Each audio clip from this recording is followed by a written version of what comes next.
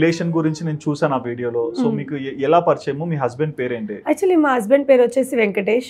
మేము చిన్నప్పటి నుండి తెలుసు. చిన్నప్పటి నుండి ఒకే ఏరియాలో ఉండేవాళ్ళం. మేము ఫ్రంట్ ఉండేవాళ్ళు, వాళ్ళు బ్యాక్ సైడ్ ఉండేవాళ్ళు. పెళ్లి ముహూర్తాలు పెట్టుకుంటున్నారు, డేట్ కూడా దగ్గర పడిపోయింది, అవ్వట్లేదు.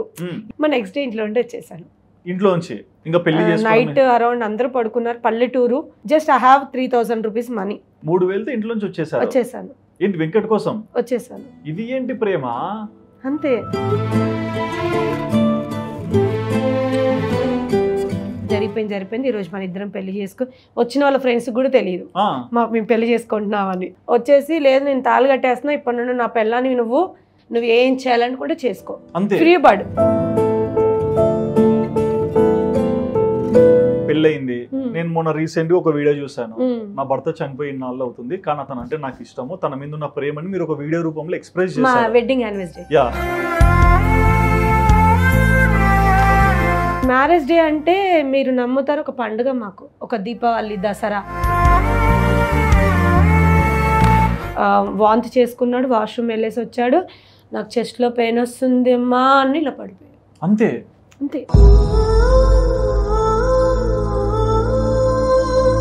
నాకు ఏం జరుగుతుందో తెలియదు, ఉన్నాను అంతే. అంబులెన్స్ లో ఆయన చనిపోయాడంటే నేను నమ్మలే. పెద్ద హాస్పిటల్ తీసుకెళ్ళండి, ఎంత డబ్బైనా నేను పెడతాను అని. ఆయన చనిపోయాడు, లేదు అని గవర్నమెంట్ హాస్పిటల్ తీసుకెళ్లారు. అక్కడ కూడా మీరు నమ్ముతారు, లిటరల్ ప్రతి డాక్టర్, నర్స్, ప్రతి ఒక్కరి కాళ్ళ మీద పడ్డాను. నా బిడ్డ నా చేతిలో లేదు, నా బిడ్డ ఎక్కడ వెళ్ళిందన్న ఆలోచన కూడా నాకు లేదు. బ్రదర్స్ లేరు మా హస్బెండ్కి, ఫాదర్ లేడు, అబ్బాయి లేరు, పాప ఒక్కటి. మీరు నమ్ముతారో నా పాప చేతులతో నేను పెట్టించాను భర్తకి.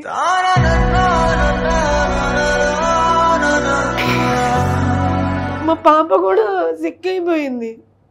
మా అమ్మని మా పప్పని మంటలు పెట్టి కాలు చేసింది.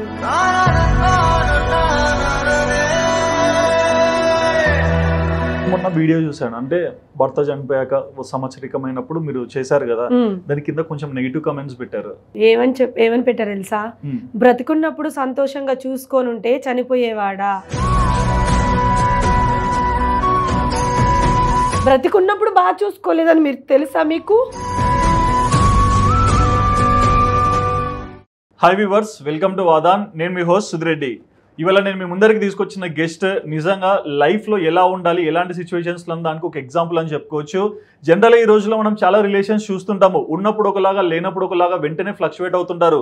బట్ ఎలా ఉన్నా సరే తన రిమార్క్ అనేది అలానే కనిపిస్తుంది. ఇంతకీ తను ఎవరు, తన కథ ఏంటి, ప్రతి ఒక్కటి కూడా మీ ముందున్న వ్యక్తి జ్వాలాజ్యోతి గారిని అడిగి తెలుసుకుందాం. హాయ్ అమ్మా. Hi sir. ఎలా ఉన్నారు? బాగున్నాను. ఓకే, నేను మొన్న మీ రీల్ ఒకటి చూశాను, తర్వాత మీతో కనెక్ట్ అయ్యాను. సో నాకు మీ గురించి చాలా విషయాలు మీరు చెప్పారు పర్సనల్ గా. బట్ ఇలాంటి విషయాలు కెమెరా ముందర వాళ్ళకు కూడా తెలిస్తే వాళ్ళు కూడా లైఫ్ లో కొన్ని ప్రిన్సిపల్స్ అర్థమవుతాయి.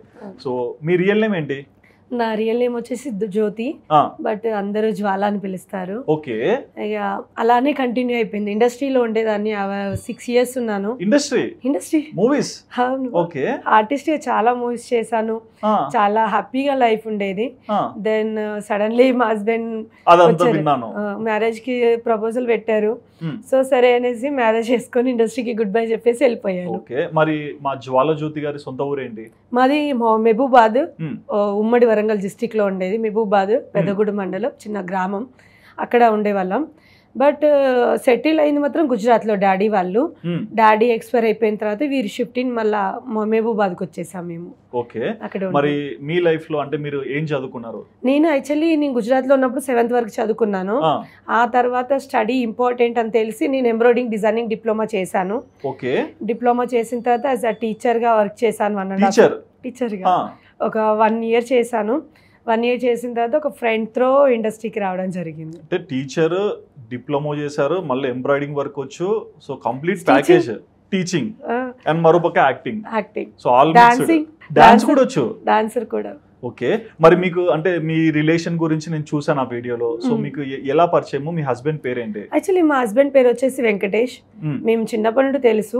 చిన్నప్పటి నుండి ఒకే ఏరియాలో ఉండేవాళ్ళం. మేము ఫ్రంట్ ఉండేవాళ్ళు, వాళ్ళు బ్యాక్ సైడ్ ఉండేవాళ్ళు. వాళ్ళ ఫ్యామిలీ మా ఫ్యామిలీ కూడా మంచి ఫ్రెండ్స్ అన్నమాట. హ్యాపీగా ఉండేది. సడన్లీ 2009లో ఒక అబ్బాయి ర్యాగింగ్ చేయడం వల్ల నేనే చెప్పేశాను అనమాట. లవ్ చేస్తున్నానా, నన్ను ఒక అబ్బాయి ర్యాగింగ్ చేశాడు, నేను వెంకటేష్ లవ్ చేస్తున్నాను, వెంకట్ లవర్ అని చెప్పేదాన్ని నేను.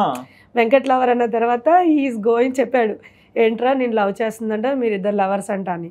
నేను స్కూల్కి వెళ్ళే టైంలో తను వచ్చారు, ఏంటి ఏమని చెప్తున్నావు, మన ఇద్దరు లవర్స్ అని. అవును ఇలా జరిగిందన్న. ఓకే ఓకే పర్లేదు అనేసి అయిపోయింది. సడన్లీ వినాయక నిమజ్జనం ఒక గుజరాత్లో చాలా గ్రాండ్గా జరుగుతుంది అనమాట. వినాయక చవితి కానీ దసరా కానీ చాలా పెద్దగా చేస్తారు.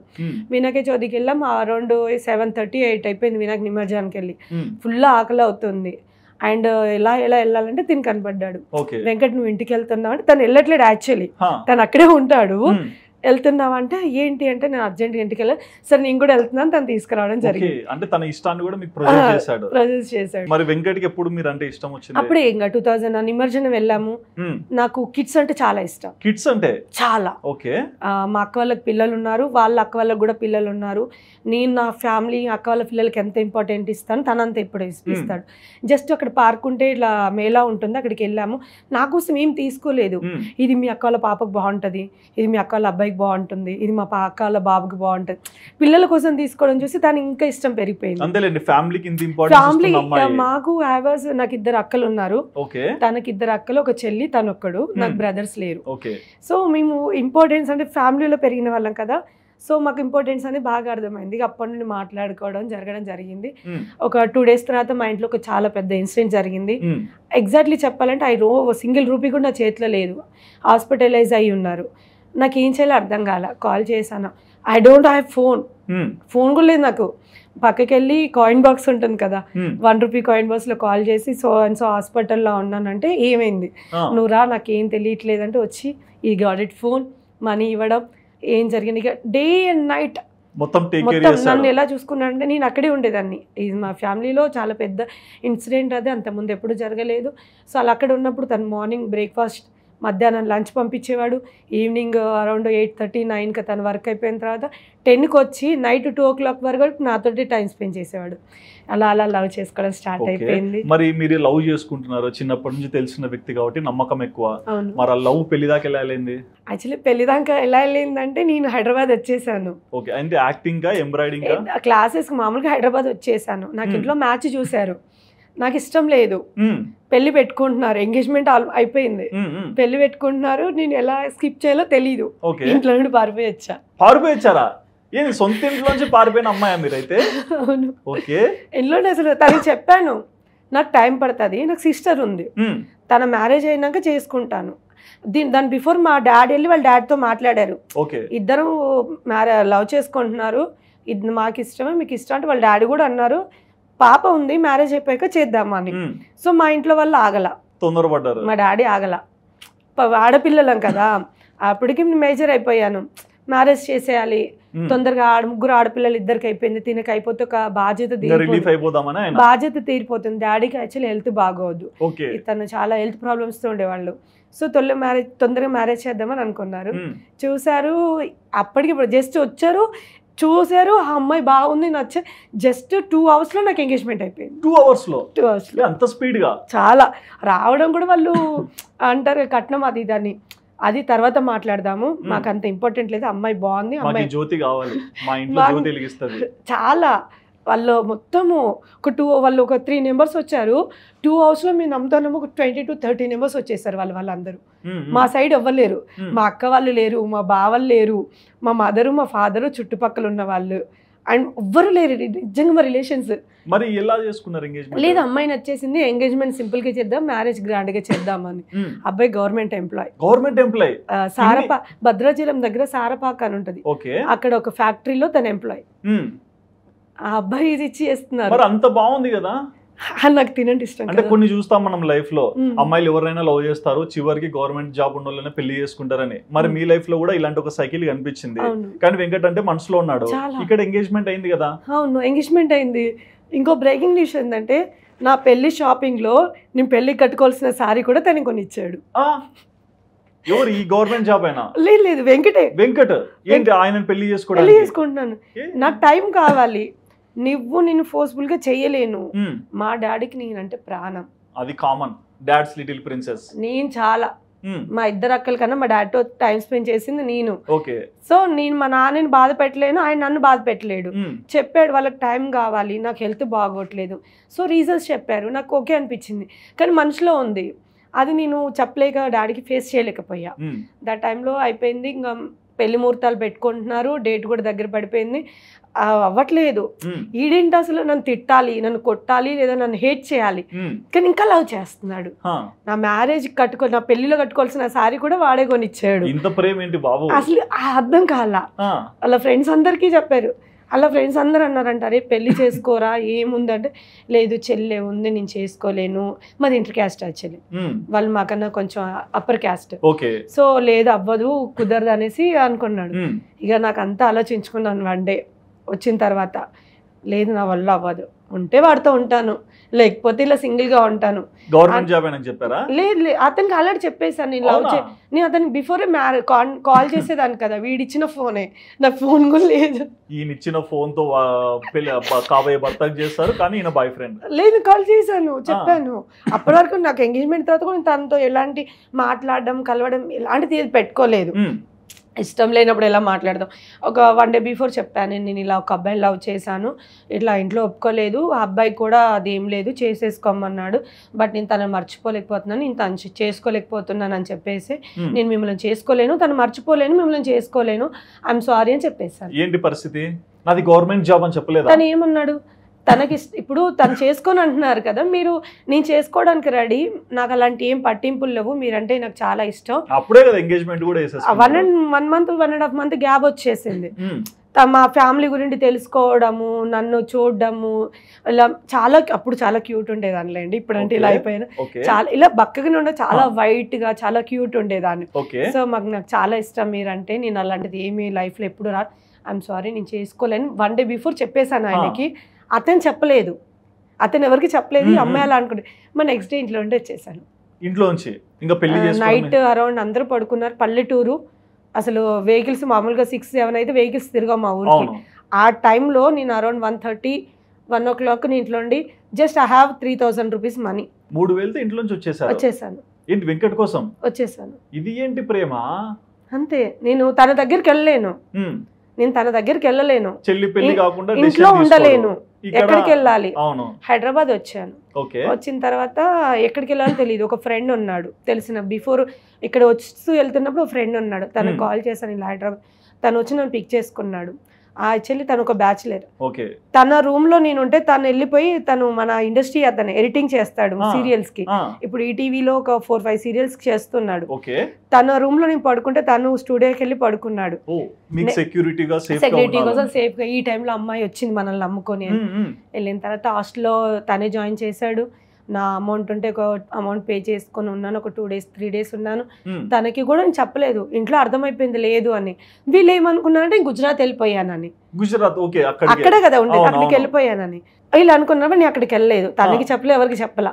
ఇక్కడ చాలా ఇబ్బందులు పడ్డాను. ఇంకా తర్వాత ఫైనాన్షియల్ అమౌంట్ లేదు, ఏం లేదు. ఇక్కడ నేను ఇంక అప్పటి నుండి ఇక్కడే ఉంటున్నాను. అప్పటి నుండి అంటే మరి వెంకట్ వచ్చి ఎప్పుడు పెళ్లి చేసుకున్నాడు? 2014లో వచ్చాడు. తన యాక్చువల్లీ మాకు ఇద్దరు రిలేషన్ స్టార్ట్ అయినప్పుడు May 11th నా బర్త్డే, నా బర్త్డే తను మిస్ అవ్వడు, తను May 31st, తన బర్త్డే నేను మిస్ అవ్వను.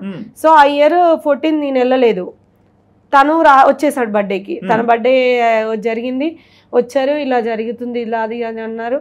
సరే ఓకే ఇప్పుడు ఏం చేద్దాం అనుకుంటున్నాం అంటే, లేదు నేను ఇండస్ట్రీలో అప్పటికి స్టార్ట్ అయిపోయాను. ఒక ఫ్రెండ్కి హాస్టల్లో ఉంటారు కదా, నేనున్న హాస్టల్లో మోస్ట్లీ ఆర్టిస్ట్లే ఉన్నారనమాట. అట్లా ఫ్రెండ్స్తో వెళ్ళాను. నేను క్లాసెస్ చెప్తూ ఇలా వెళ్ళిపోయాను అనమాట. టీచింగ్ ఎంబ్రాయిడింగ్ క్లాసెస్ చెప్తూ, అది అమీర్పేటలో చెప్తూ అరౌండ్ అప్పుడు నాకు ఒక 5000 ఇచ్చారు మంత్లీ. ఒక 4 hours క్లాసెస్, డైలీ 1 class. అంటే ఈయన మీరు ఇక్కడ ఉన్నారని ఎట్లా అనుకుని వచ్చారు? చెప్పేసాను నేను. ఓకే, ఈయనకు మాత్రం చెప్పారు ఇంట్లో? అంటే వచ్చినాక 2 months ఎవరికి చెప్పలేదు. 2 months తర్వాత వీళ్ళు అక్కడికి వెళ్ళారు, మా మదర్ అండ్ మా ఫాదర్ అక్కడే ఉండేవాళ్ళు కదా, వీళ్ళు అక్కడికి వెళ్ళారు. వెళ్ళిన తర్వాత ఏమైంది ఏది వేద్దాన్ని రమ్మను, తెలిసిందే కదా ఇద్దరు లవ్ చేసుకుంటున్నారని, నాకు ఇబ్బంది లేదు చేసుకునే. మావయ్య నా దగ్గర లేదు, నా దగ్గరికి రాలేదు. ఎగ్జాక్ట్లీ కొత్త బంగారులో ఒక టైప్ ఇది, నా దగ్గర లేదు, నా దగ్గరికి రాలేదు. అప్పుడు మా వాళ్ళు సెర్చ్ చేయడం స్టార్ట్ చేశారు. చేసిన తర్వాత చూస్తారు హైదరాబాద్లో, మా ఫ్యామిలీ మొత్తం ఇక్కడ హైదరాబాద్లో ఉండేవాళ్ళు. అలా అలా సెర్చ్ చేసిన తర్వాత టెన్షన్ పడిపోతున్నారు అది ఇది అని నాకు తెలిసింది. ఫ్యామిలీలో ఒకరితో కాంటాక్ట్లో ఉన్నాను, చాలా టెన్షన్ పడిపోతున్నారు. ఇది కరెక్ట్ కాదనేసి చెప్పాను, నేను హైదరాబాద్లో ఉంటున్నాను, ఏదేదో చిన్న చిన్న పనులు చేసుకుంటున్నాను, నేను అక్కడికి రాను, వాళ్ళ చెల్ల మ్యారేజ్ అయ్యేంత వరకు నేను రాను. ఇదంటే ఒక రకం. బట్ ఇంట్లో నాన్న అప్పటికప్పుడు ఒక అబ్బాయిని తీసుకొచ్చి వాళ్ళకి మీరు నచ్చి ఎంగేజ్మెంట్ అయిపోయి పెళ్లి షాపింగ్ దాకా పోయినారు కదా, మరి వాళ్ళ పరిస్థితి ఏంటి? వాళ్ళకి చెప్పేసారు. చెప్పారు కరెక్టే, నాన్న ఫేస్ చేయాలి కదా వాళ్ళని. చేశాడు చాలా. అవునా? చాలా ప్రాబ్లమ్, ఎటువంటి ఇబ్బందులు చూసాడు? అంటే డాడ్స్ లిటిల్ ప్రిన్సెస్ అన్నారు, మరి నాన్న పడే బాధ మీకు కూడా ఉంటది కదా. చెప్పలేను, పరువు పోయింది. పరువు పోయింది వాళ్ళ అమ్మ ఇట్లా చేసిందని.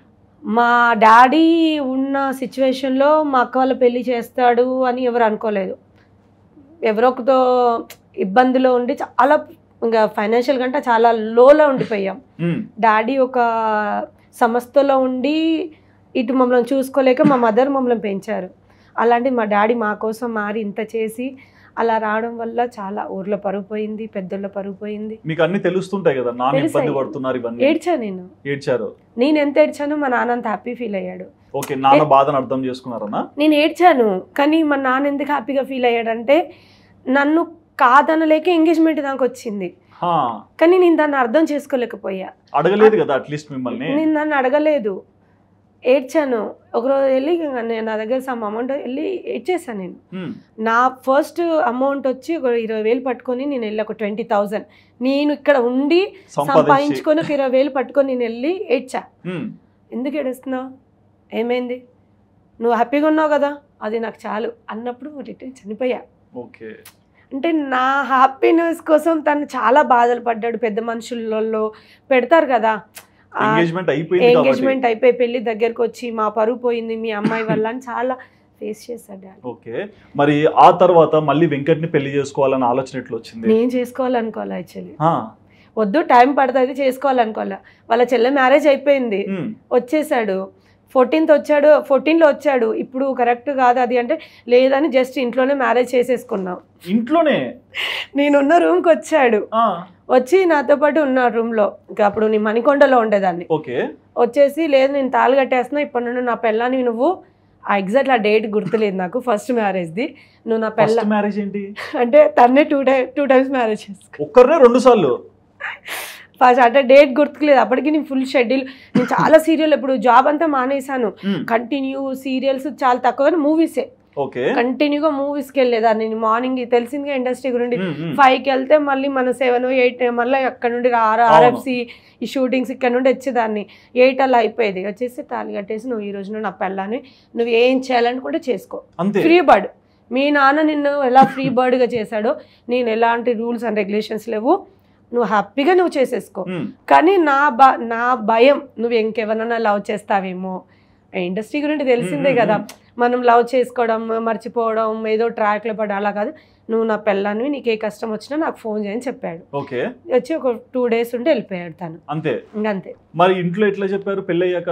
చెప్పలేదు, ఎవరు చెప్పలేదు. అందరికి తెలుసు తను లవ్ చేస్తున్నాను, తన కోసం లవ్ చేస్తున్నారు, వెయిటింగ్. ఓకే, పెళ్లి గురించి ఎవరికి చెప్పలా. నాన్న కూడా నో, ఏ ఎవరికి చెప్పలేదు. నాన్న కోసం నాన్న చెప్పాడు కదా గ్రాండ్ గా చేస్తానని.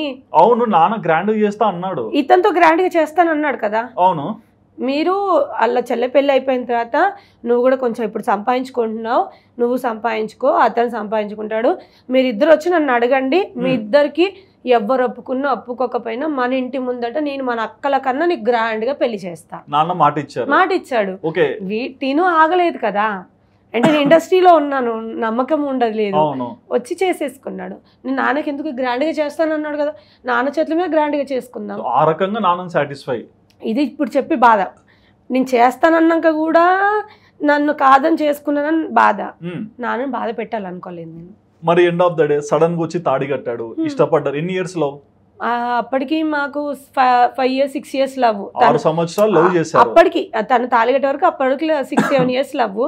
ఆ తర్వాత డాడీకి 2015లో ఏమన్నా నాకు ఒక ఇల్లు కట్టి నేను అక్కడ నన్ను చూడకుండా అస్సలు ఉండలేడు, అస్సలు నెవర్.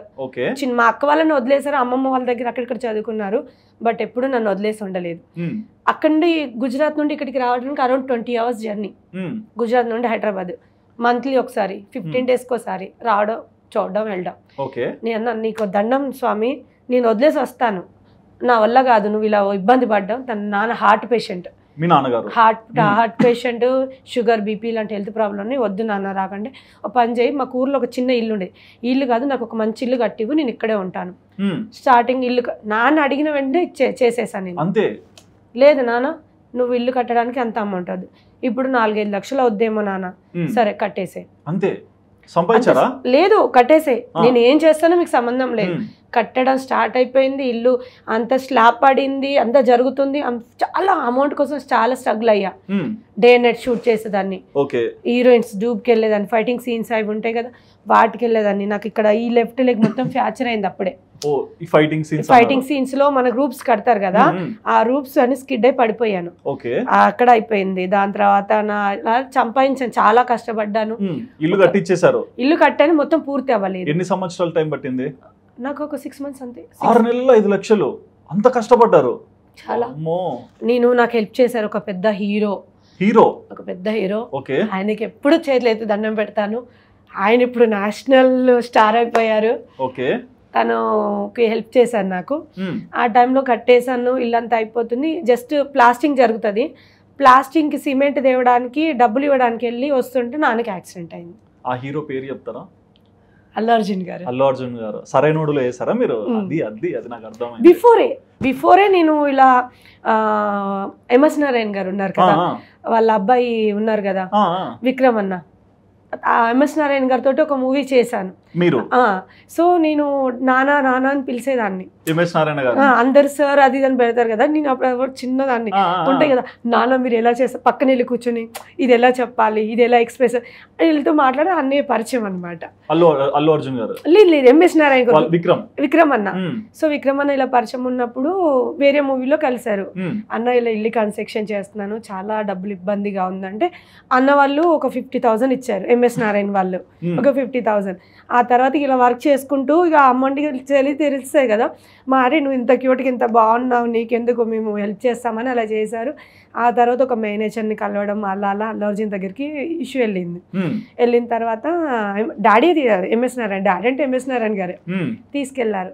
ఇలా అమ్మాయి ఇల్లు కట్టుకుంటుంది, కొంచెం ఇబ్బందిలో ఉందంటే తను అప్పుడు ఒక 1 lakh ఇచ్చారులేండి, 1 lakh అమౌంట్ ఇచ్చారు. అది జరుగుతుంది కానీ షూటింగ్స్ చేసుకుంటున్నాను, మన ఎందుకు అలా జరుగుతున్న టైంలో నాన్నకి ఇలా సిమెంట్ బస్తాల కోసం వెళ్ళి యాక్సిడెంట్ అయింది. మీ నాన్నగారికి? నాన్న ఎప్పుడు సైకిల్లో వెళ్ళేవాడు, సైకిల్లో వెళ్తూ వస్తున్నాడు, సడన్లీ ఆపోజిట్ ఏ వెహికల్ వచ్చిందో మనకు తెలియదు. అప్పుడు రోడ్స్ కన్స్ట్రక్షన్ కోసం గుంతలు తీశారు అటు ఇటు, ఆ గుంతల్లో పడిపోయాడు నాన్న. సో తనకి ఇక్కడ దెబ్బ తగిలింది, బ్యాక్ సైడ్ నరాలు చిన్న మెదడు ఉంటుంది, చిన్న మెదడుకి అందులో అయ్యింది. చెప్పలేదు నాకు చెప్పకుండా ఒక 3 days ఉన్నారు. 3 days తర్వాత మా అమ్మ ఫోన్ చేసి నాన్నకు బాగాలేదు వచ్చి అనింది. వెళ్ళి చూసాము, వెళ్ళి చూసి తీసుకెళ్ళాము హాస్పిటల్కి. పర్లేదు బాగానే ఉందన్నారు, వరంగల్ MGM. అక్కడికి వెళ్దామన్నాడు, ప్రైవేట్ ఎందుకు అక్కడికి వెళ్దామన్నాడు. అక్కడికి వెళ్ళిన తర్వాత పర్లేదు బాగానే ఉన్నాడు. వచ్చిన నెక్స్ట్ డే నాన్న మెంటల్గా అప్సెట్, మొత్తం మెంటల్గా ఏది గుర్తుకులేదు నాన్నకి, గతం ఏది గుర్తులేదు, పిచ్చోడిలా అరౌండ్ మొత్తం పిచ్చోడిలా చేసేస్తున్నాడు, అర్థం కాల. ఇప్పుడు మన ఇద్దరం ఎలా మాట్లాడుకుంటున్నాం అలా కాన్షియస్లోనే జరిగిపోయింది. మా బావగారు వచ్చారు, మా అక్క వాళ్ళు అందరూ నాన్నని చూడడానికి వచ్చారు. ఇమ్మీడియట్లీ వెహికల్ మాట్లాడుకొని హైదరాబాద్ తీసుకొని వచ్చాం. హైదరాబాద్ తీసుకొని వచ్చి మన సికింద్రాబాద్ కిమ్స్ ఉంది కదా, అక్కడికి వెళ్ళాం. డైలీ 60,000 అన్నారు. 60,000?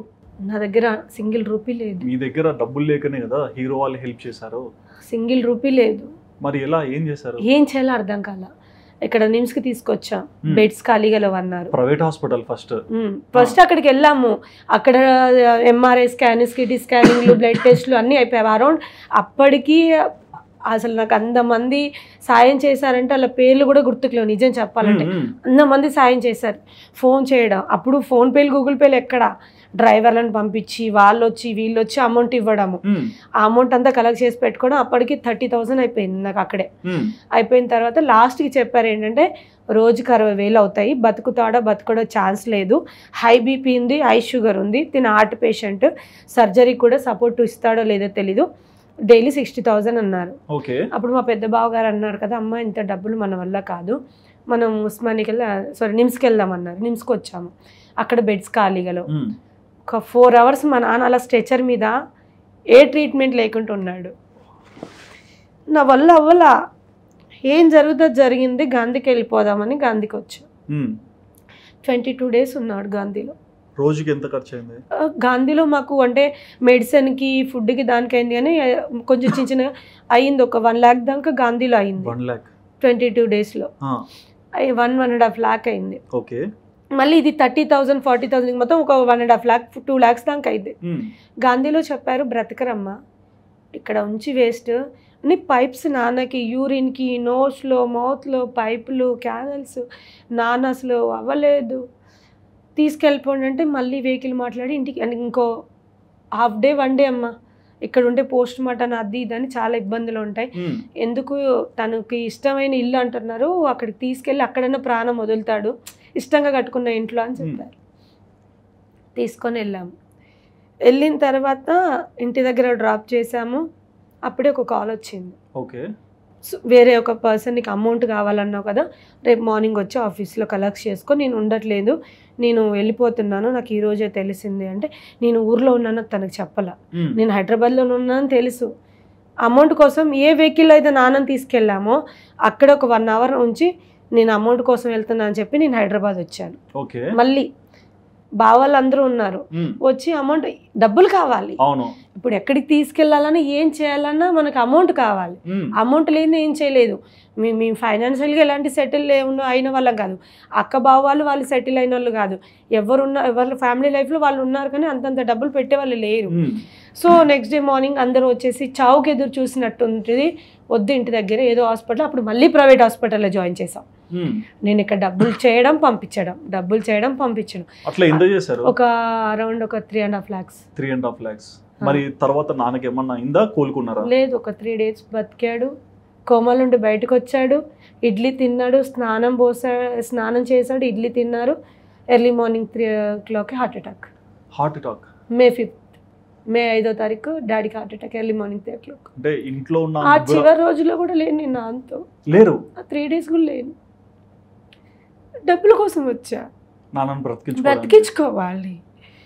బ్రదర్స్ లేరు, ఎవరు లేరు, బాబాయ్ వాళ్ళు పెద్దనాన్న వాళ్ళు అంటే ఎవరు లేరు. మా నాన్న ఒక్కడు, మా నాన్నమ్మ గారికి, మా అత్తయ్య వాళ్ళు ఉండాలి, ఎవరు లేరు. నానంటే ఎంత పిచ్చి అంటే చెప్పలేను, అంత పిచ్చి. నా బిడ్డ ఏది చేసినా నాకు వస్తుంది, మీకేంటి ఇండస్ట్రీకి వెళ్తుంది అలా ఇలాగే చెప్పే వాళ్ళు ఉంటారు కదా బ్యాడ్గా. నువ్వు ఎవరి మాటలు వినకు, నేను నీకున్నాను, నువ్వు ఏదైనా చెయ్యి, నేను నీ ముందు ఉంటాను, నన్ను దాటుకుని నీ దగ్గరికి రావాలి. అలా చెప్పిన వ్యక్తి అలా అయిపోయేసరికి అవల్ల నేను వెళ్ళాను. మొత్తం నాన్న కార్యక్రమాలన్నీ నేనే చేశాను. అబ్బాయిలు లేరు, ఎవరు లేరు. అన్ని కార్యక్రమాలు సింగిల్ రూపాయి ఎవరు పెట్టలేదు. హాస్పిటల్లో కానీ, చనిపోయినప్పుడు కానీ, నాన్న పెద్ద కర్మకు కానీ, నాన్న అస్థికలు కలపడానికి వెళ్ళినప్పుడు కూడా ఎవరు సింగిల్ రూపాయి పెట్టలేదు. అసలు ఒక ఆడపిల్లగా మీరే తండ్రిని అంతా అంటే ఒక క్వశ్చన్ అమ్మ, అంటే నాన్న అంటే ఏంటనేది మొదటి నుంచి మీరు చెప్పారు. ఉన్న 2 అక్కల కన్నా నాన్న మీకు ఎంత గారవం ఇచ్చారో, మీరు ఇండస్ట్రీలో ఉన్నా సరే, ఇంకొకరిని ఇష్టపడినా సరే, ఇంకొకరితో ఎంగేజ్మెంట్ అయ్యి క్యాన్సల్ అయినా సరే, ప్రతి ఒక్క దాంట్లో నిలబడ్డారు కదా. అలాంటి నాన్న కోసం తపన పడి డబ్బులు తీసుకొచ్చే మీరు నాన్న చావును చూసినప్పుడు ఎట్లా తీసుకున్నారు? కొలాప్స్. నడి రోడ్డు మీదకి వచ్చా. నేనున్నానని ఎవరు ధైర్యం చెప్పలేదండి. ఆడపిల్లవి అంత అప్పు తీసుకొచ్చావు, అంత డబ్బులు ఉన్నాయి, ఎలా కడతావు, నువ్వేం చేస్తావు, ఎలా ఉంటావు అడిగిన వాళ్ళు లేరండి. పెద్ద ఫ్యామిలీ ఉంది, పెద్ద మా అమ్మ వాళ్ళ సైడ్ మన చాలా పెద్ద మంది ఉన్నారు. ఎవరు అడగల.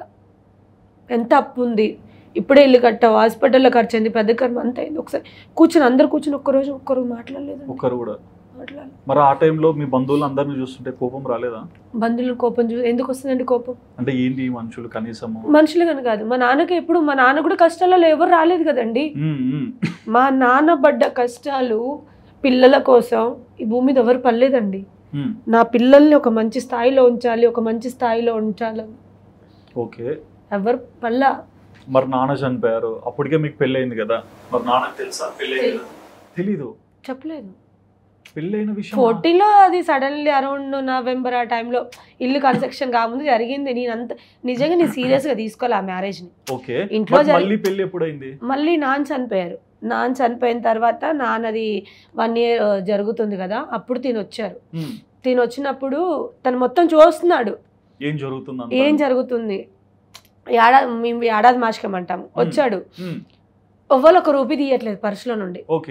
తినని ముందు పెట్టి తినే దగ్గర డబ్బులు పెట్టాను.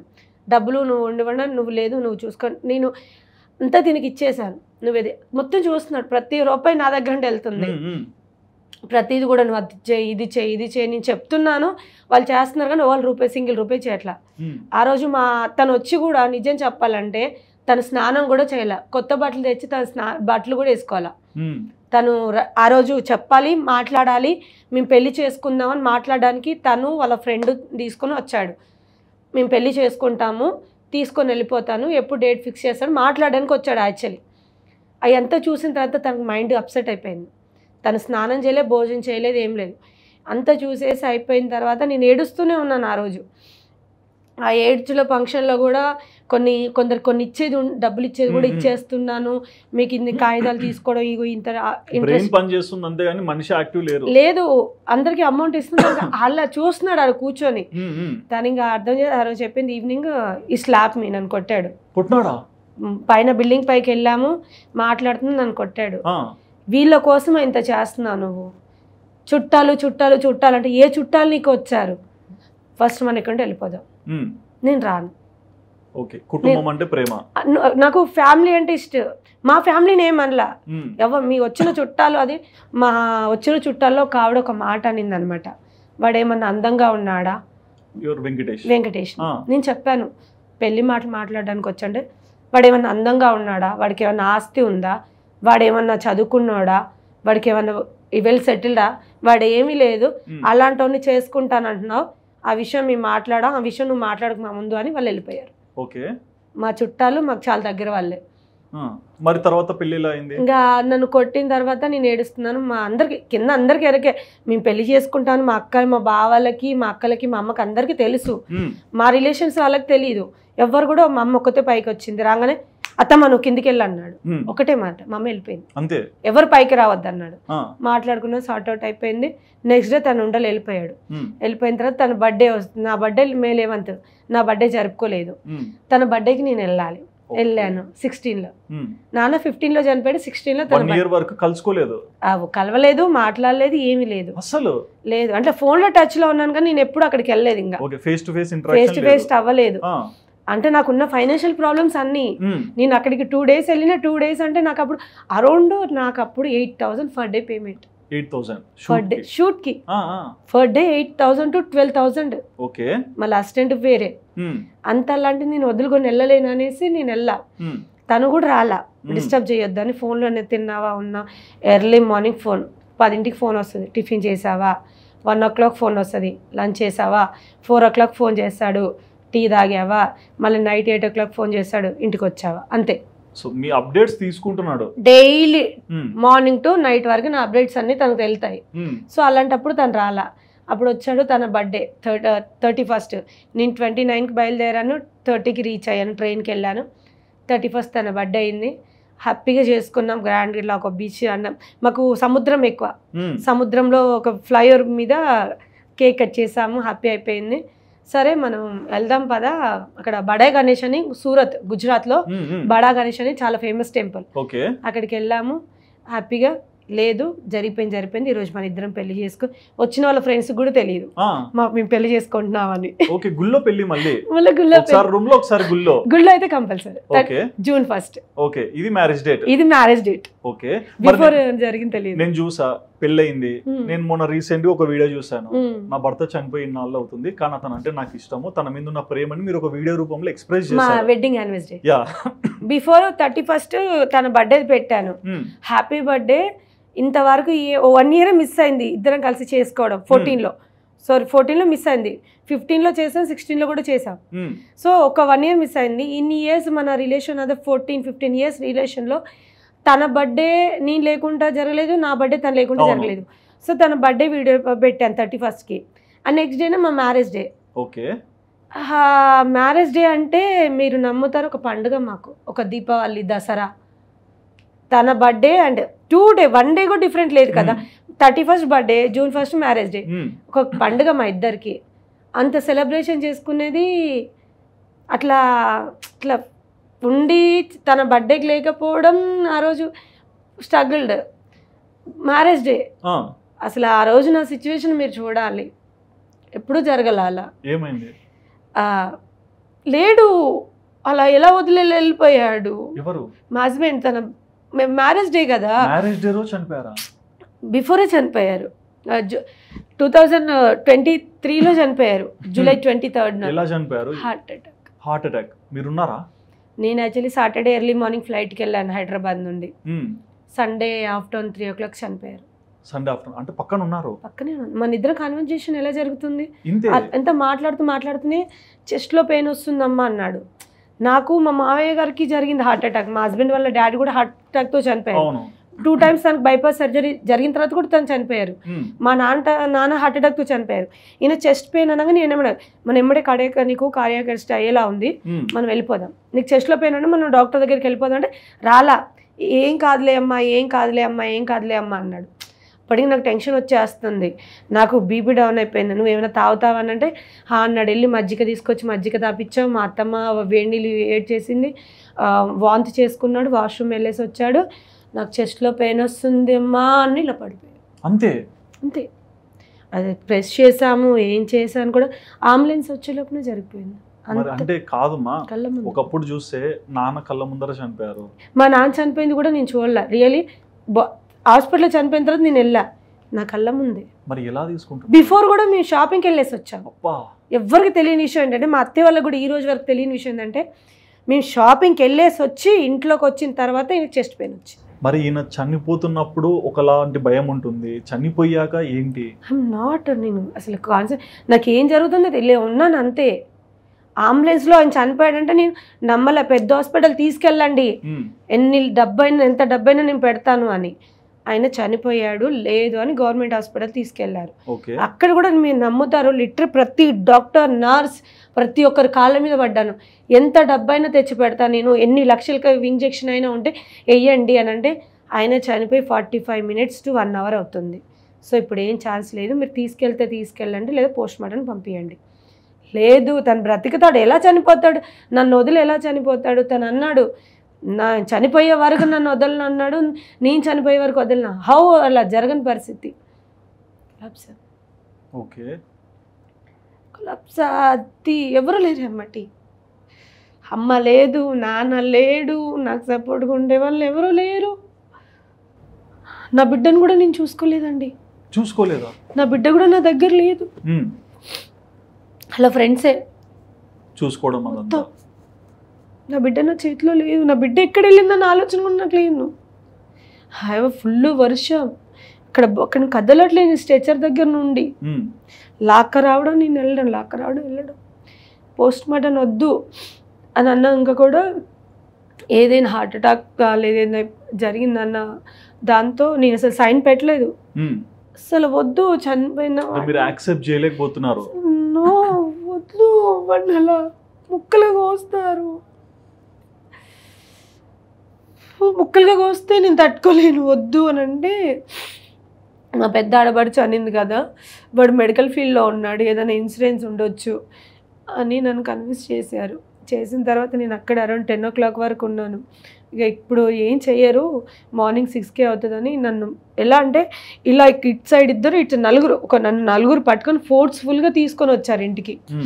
తీసుకొని వచ్చి, నాకు ఆస్తమా పేషెంట్, ఊపిరి ఆడట్లేదు, ఏం ఆడట్లేదు, ముక్కలప్స్ అలా పడిపోయి ఉన్నాను అంతే. తను మార్నింగ్ ఇంటికి వచ్చేంత వరకు నేను కాన్షియస్లోనే లేను, స్ప్రోలో లేను, నేను పడిపోయి ఉన్నాను. నాకు టీ తాగుతావా, నీళ్లు తాగుతావా అన్న వాళ్ళు లేరు అక్కడ. సరౌండ్ ఏం జరుగుతుందో తెలియట్లా, అలా కూర్చున్నాను అంతే. ఎవరు వచ్చినా వస్తున్నాడు, తను అలా వస్తే ఒక పెద్ద పులి వచ్చి ఊకెళ్ళడం, తలుపు దగ్గర నిల్చోవడం, బ్యాక్ సైడ్ వెళ్ళిపోయి పడిపోయాను. ఆల్రెడీ ఒక బండి సౌండ్ నేను వస్తుంది, తనదే బండి అని వెళ్ళిపోయి అక్కడ వరకు వర్షాలు పడిపోతే ఎంత డ్రెస్ అంతా దెబ్బ తగిలి చినిగిపోయింది అనమాట. ఇంకా వాళ్ళందరికీ అర్థమైపోయింది, వాళ్ళ ఫ్రెండ్స్ అందరికీ తెలుసు.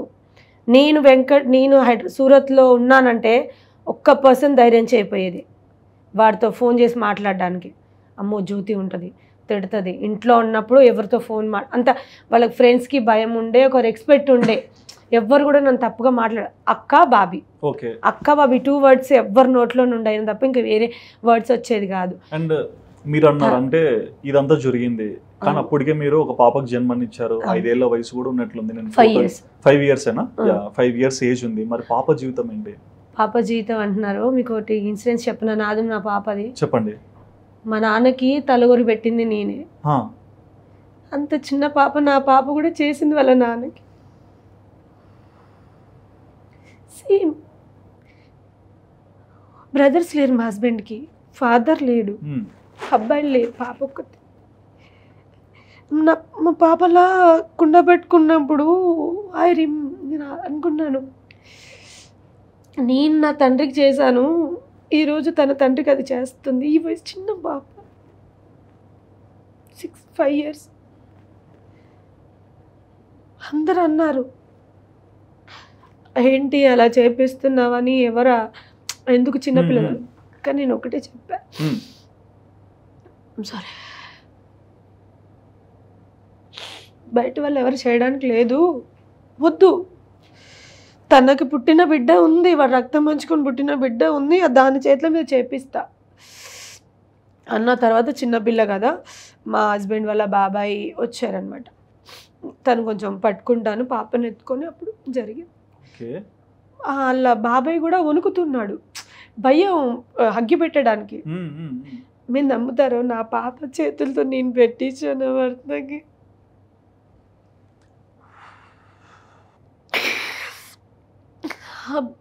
బాధ ఎలా ఉంది అంటే, ఈ పిల్లకి ఏంటి కర్మ, చిన్న వయసులో నా బిడ్డ అంటే పంచ ప్రాణాలు. రాత్రి 1కి 2కి 3కి నాన్న మనం బయటికి వెళ్దామంటే, పప్ప బయటికి వెళ్దామంటే ఎంత నిద్రలో ఉన్నా తీసుకొని వెళ్తాడు. మా పాప కూడా సిక్ అయిపోయింది, మా అమ్మని మా పప్పని మంటలు పెట్టి కాలు చేసింది అని.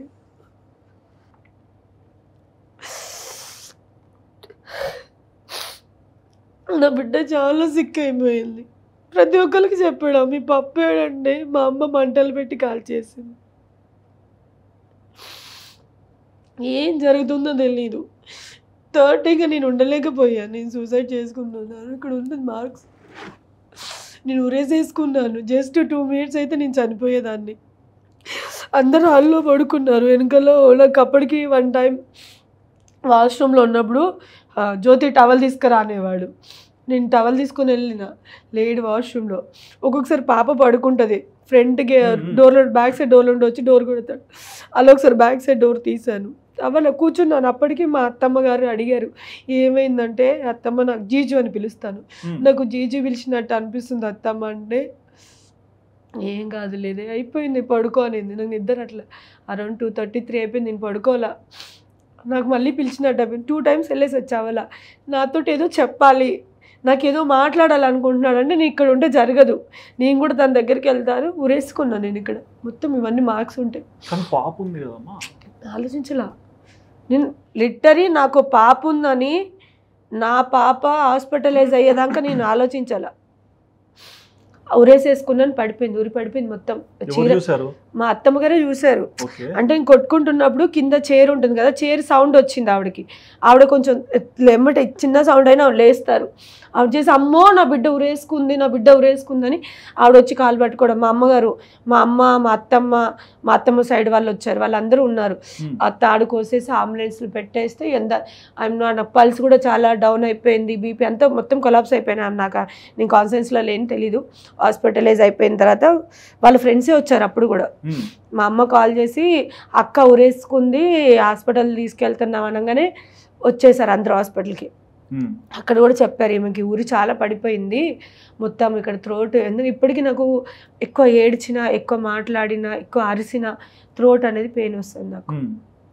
బ్రతుకుతుందో బతుకుదో చెప్పలేను, ప్రాణం అయితే అని చెప్పారు. హాస్పిటల్ అంబులెన్స్లో బతుకో తెలియదు, హాస్పిటల్ బ్రతుకుద్ది, బట్ హాస్పిటలైజ్లో ఉండాలి అని చెప్పేసి ఐసీయూలో పెట్టారు. అంతా అయిపోయింది. 5th day మాకు పిటికేయడానికి వెళ్ళాలి, నేను ఉండే హాస్పిటల్లో.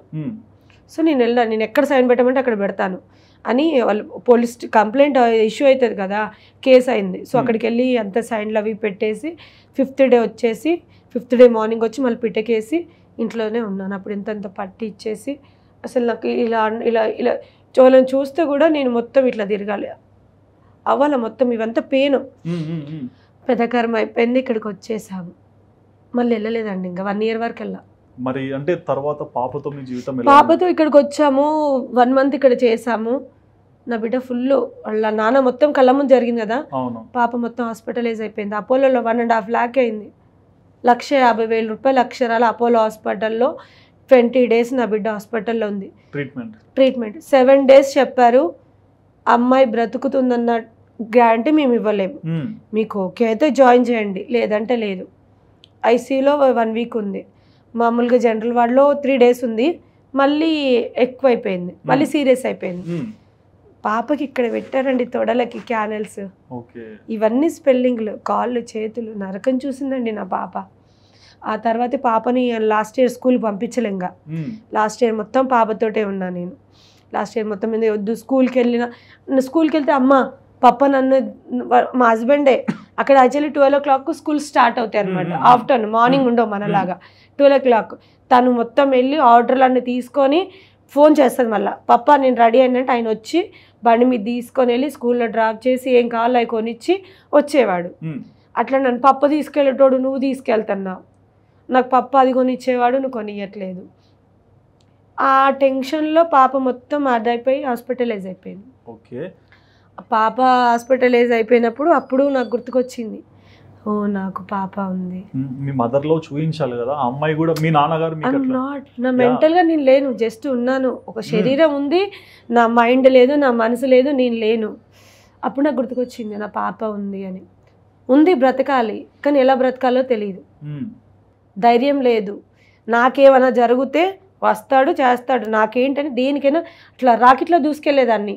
ఈవెంట్స్ కానీ, నేను మా మ్యారేజ్ ఈవెంట్స్ కానీ, ప్రైవేట్ ఈవెంట్స్ కానీ, షూటింగ్స్ కానీ, ఏది కానీ ఈరోజు పని ఉందా 2,000 ఇస్తారా ఈరోజు ఈవెంట్లో, వెళ్ళిపోయేదాన్ని. ఎందుకు కూర్చుంటే ఏమొచ్చేది, బ్రెయిన్ డిస్టర్బ్ అవుతుంది.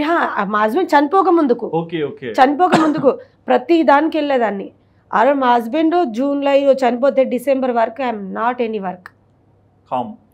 పిల్లని పట్టుకొని అమ్మో ఏమైపోతుంది. మా అక్క వాళ్ళు పక్కనే ఉంటారు, ఒక్కొక్క వాళ్ళు మా ఇంటి పైన ఉంటారు. అమ్మో వాళ్ళ ఇంటికి కూడా పంపించేదాన్ని కాదు, అమ్మో ఏమైపోద్దో ఇట్లా ఎంత భయంతో ఉండేదాన్ని. అమ్మో ఏమైపోతుంది, ఎవరింటికి పంపి ఇట్లా పట్టుకొని ఉండేదాన్ని. అమ్మ వద్దులమ్మ నేను వెళ్ళి ఆడుకున్నాను, లేదు నువ్వు ఇంట్లో ఆడుకో నీకేం కాదు, అంత భయపడిపోయిన దాన్ని. అంత భయపడిపోయాను. క్రెడిట్ కార్డులు బిల్లులు కట్టాలి మంత్లీ, ఎందుకంటే 1.5 lakh అయింది. మా ఫ్రెండ్ వాళ్ళ క్రెడిట్ కార్డు యూజ్ చేశాను, డబ్బులు కట్టాలి. గోల్డ్ మొత్తం తాకట్టు పెట్టేశాను, అంత గోల్డ్ అంతా అరౌండ్ 15 tulas దాకా ఉండేది, మొత్తం బ్యాంక్లో పెట్టి లైఫ్ గడిచిపోయింది. దాని తర్వాత ఇక మా ఫ్రెండ్, నేను మా హస్బెండ్ చనిపోకముందుకి దుబాయ్ వెళ్ళాల్సింది. 26 నేను దుబాయ్ వెళ్ళాలి యాజ్ అ సూపర్వైజర్గా. 23rd చనిపోయారు జూలైలో, వెళ్ళలేదు. అప్పుడు కాంట్రా వాళ్ళు కూడా కాల్ చేశారు, హోటల్ వాళ్ళు కూడా, ఇప్పుడు కూడా రమ్మా అని అన్నారు. ఆ తర్వాత ఒక ఫ్రెండ్ అనింది, నువ్వు ఇలా ఉన్నావు అనుకో నువ్వు చనిపోతావు, నీ హస్బెండ్ చనిపోయిన తర్వాత నువ్వు ఎంత ఫేస్ చేస్తున్నావు నీకు తెలుసు. ఫాదర్ లేకుండా నీకు ఒక 20 సంవత్సరాలు వచ్చినప్పుడు ఫాదర్ చనిపోతేనే నువ్వు ఇంత బాధపడుతున్నావు, దానికి 5 సంవత్సరాలు తల్లి తండ్రి లేకుండా దాని లైఫ్ ఎలా ఉంటుందని నువ్వు అనుకుంటున్నావు అని ఒక ఫ్రెండ్ బాగా మోటివ్ చేసింది నన్ను. నువ్వు ఇలా ఉండొద్దు, పాత జ్వాలగరా, నువ్వు ప్రాత జ్వాల అవ్వాలి, నువ్వు ఎందుకు ఇలా ఉన్నావు అన్న తర్వాత నేను దుబాయ్ వెళ్ళాను. అన్ని ఇయర్స్ 1.5 month ఉన్నానండి, ఉండలేకపోయా. భయం అవుతుంది. మా మదర్ ఉన్నారు, మా పెద్దక్కకి చాలా ఇష్టం, తనకి అమ్మాయి లేరు అబ్బాయిలు ఇద్దరు, తను ఉన్నారు. మా పెద్దక్క, మా పెద్ద బావ, మా చిన్నక్క, మా చిన్న బావ, మా అత్త వాళ్ళు అరౌండ్. అది ఇట్లా ఫోన్ చేస్తే దాని పక్కన వెళ్ళడానికి 10 మంది ఉన్నారు, కానీ నేను ఉండలేకపోయా. మోన బిడ్డ ఇలా 1 month శాలరీ వచ్చింది, మంత్లీ 1 lakh శాలరీ మీకు దుబాయ్లో.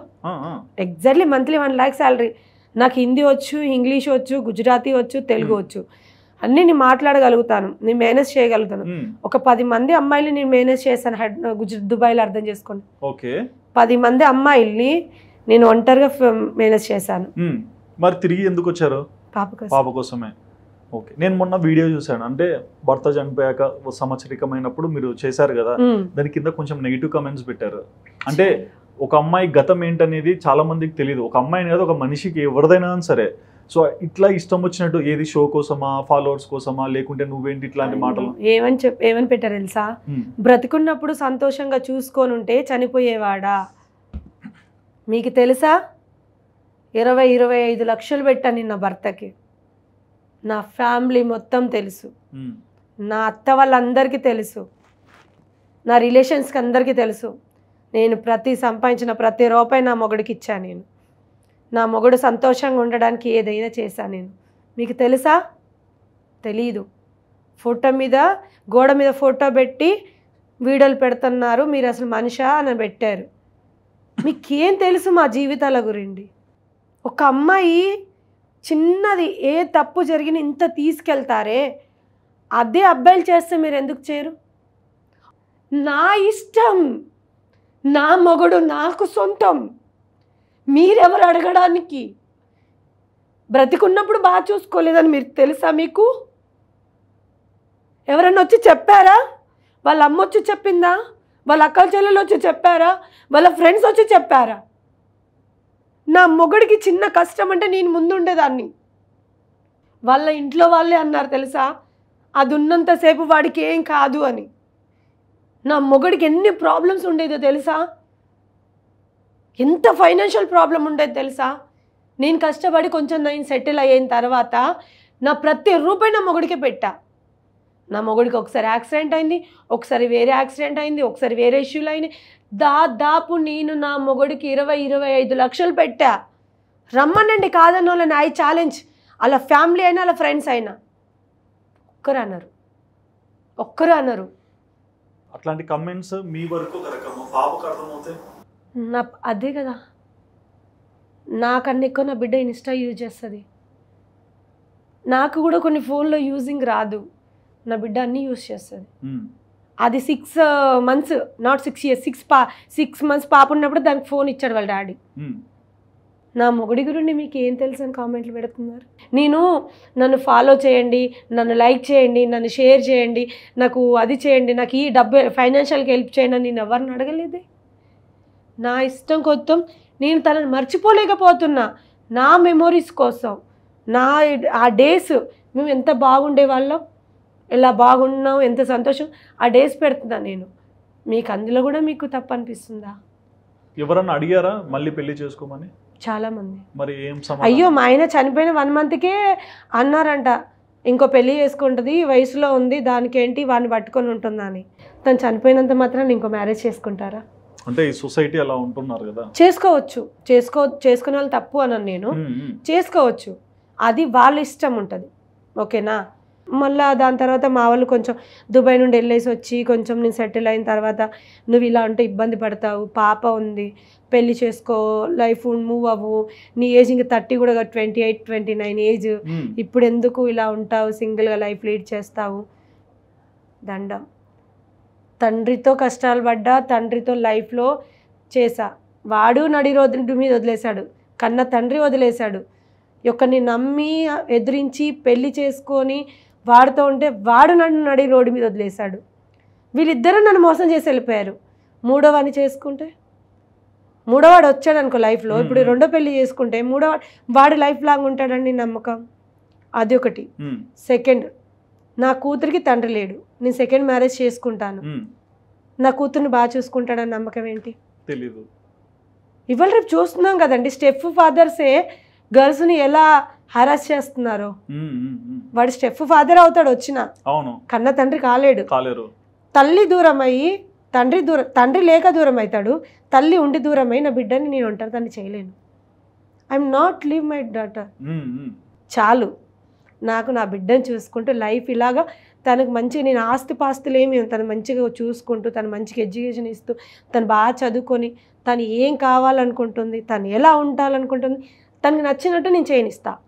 వాళ్ళ పప్ప ఉన్నప్పుడు కూడా, వాళ్ళ పప్ప కూడా అది ఏం చేసినా, ఏం పగలగొట్టినా, ఏం మిరగొట్టినా, ఏది కావాలన్నా అది ఏం చేస్తానంటే దాన్ని ఎలా వదిలేశాడో 5 years వరకు, మిగతా లైఫ్ మొత్తం నేను తనకు అలానే ఇస్తా. నైస్. అదే ఇస్తా. మరి మీరు సొసైటీలో చాలా మందిని చూస్తుంటారు, మీలాగే ఒక లైఫ్ని ఫేస్ చేసే వాళ్ళు ఉండొచ్చు, కొంచెం బెటర్గా ఉండొచ్చు. సో మ్యారేజ్ అయ్యాక హస్బెండ్ని కోల్పోయిన ఫ్యామిలీస్ ఎవరైతే ఉంటారో ఫిమేల్స్, వాళ్ళకి ఏమైనా చెప్పాలనుకుంటున్నారా? వాళ్ళకి ఏమీ చెప్పాలనుకోవట్లేదు, ఒక్కటే చెప్పాలనుకున్నా, మీరు మిమ్మల్ని నమ్ముకోండి. మీ చుట్టుపక్కల ఉన్న వాళ్ళు ఏదో కష్టం వస్తే హెల్ప్ చేయరు. మీకు పిల్లలు ఉండుంటే మీ పిల్లల కోసం మీరు ఏదైనా చేయడానికి సిద్ధపడాలి. ఎవరినైనా ఎదిరించాలి.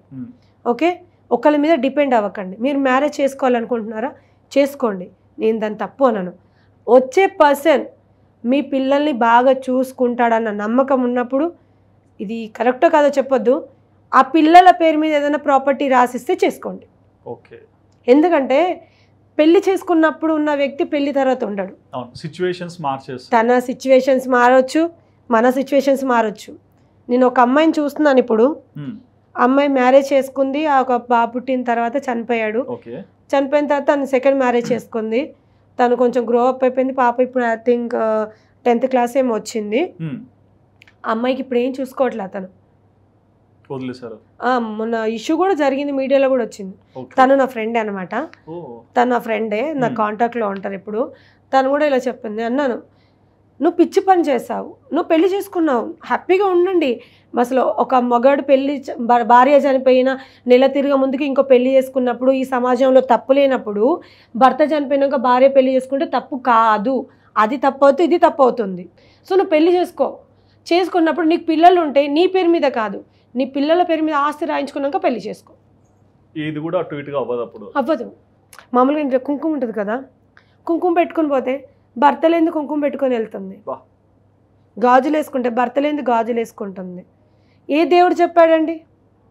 పురాణాలలో కూడా చూడండి, భర్త చనిపోయిన ఆడవాళ్ళు గాజులు బొట్టు తీయాలని ఎవరు చెప్పలేదు. అది మన ఇష్టం కొద్ది తీస్తాం. అది మొన్న ఒక పెద్ద ఆవిడ చెప్పారు, ఆవిడ అమ్మ ప్రతి స్త్రీ భర్త లేనంత మాత్రం బొట్టు గాజులు తీయకూడదు, అది ఆ ఇంటికి దరిద్రము.